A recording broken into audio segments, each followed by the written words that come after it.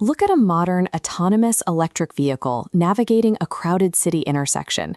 It processes millions of data points per second to prevent a catastrophic collision. The underlying operating system running those split-second life-or-death calculations belongs to BlackBerry. If you ask most people, they will tell you BlackBerry went completely bankrupt and disappeared into irrelevance a decade ago. Instead, they abandoned the hardware business entirely and pivoted to B2B software, quietly generating hundreds of millions of dollars in highly profitable, recurring revenue. By disappearing from the consumer market, they convinced the public they had failed, all while executing one of the most lucrative corporate pivots in modern tech history. This animation illustrates the true scale of their quiet expansion. Right now, BlackBerry's QNX software is embedded in 255 million vehicles worldwide. They also hold FedRAMP High authorization, which is the strictest data security clearance required to manage communication networks for top-tier government agencies. BlackBerry didn't die. It intentionally migrated out of your pocket and firmly embedded itself into the world's most critical digital infrastructure. To understand how they pulled this off, we have to look back at the late 2000s, when BlackBerry controlled more than 50% of the entire US smartphone market. That absolute dominance relied on two extremely specific pillars: a highly tactile layout of physical keys and a proprietary, ultra-secure corporate email routing system. That combination of heavy encryption and rapid physical typing made the device mandatory hardware for Wall Street executives, celebrities, and world leaders. They believed their total grip on physical hardware and enterprise security made them invincible. In reality, that exact mindset created the blind spot that nearly destroyed them. The company fell victim to the classic innovator's dilemma. By catering exclusively to the demands of corporate IT departments, leadership entirely dismissed what everyday consumers wanted to do with a screen in their hands. Competitors reframed the entire value of the device.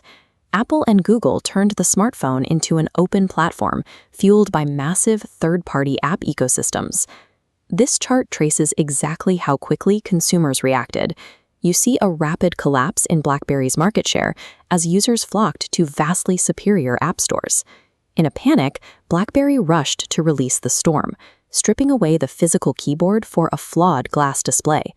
But look closely at this interface. By keeping software development strictly in-house, they had no diverse ecosystem of third-party apps, and users abandoned the device instantly.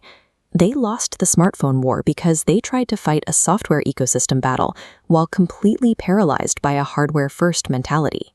By 2013, the financial reality was grim. Global market share was trending towards zero, and the company was hemorrhaging cash to keep its massive manufacturing pipelines running.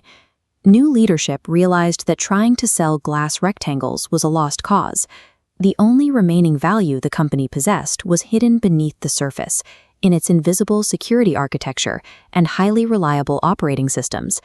They made the agonizing decision to shut down the consumer hardware division, the physical product that made their brand globally famous in the first place. They amputated the iconic phone business to stop the financial bleeding and keep the host body alive. That painful amputation allowed them to capitalize on a massive shift in the global automotive industry, the rise of the software-defined vehicle, where cars effectively become heavy, high-speed computers. Looking at this timeline, you can see the massive barrier to entry. While a consumer phone app can update instantly, altering software tied to a vehicle's braking or steering system requires a safety recertification process that takes years to complete. That exhaustive timeline creates a deep economic moat. Competitors cannot simply write a quick patch to steal market share, securing decades of contract stability for the incumbent. That incumbent is BlackBerry.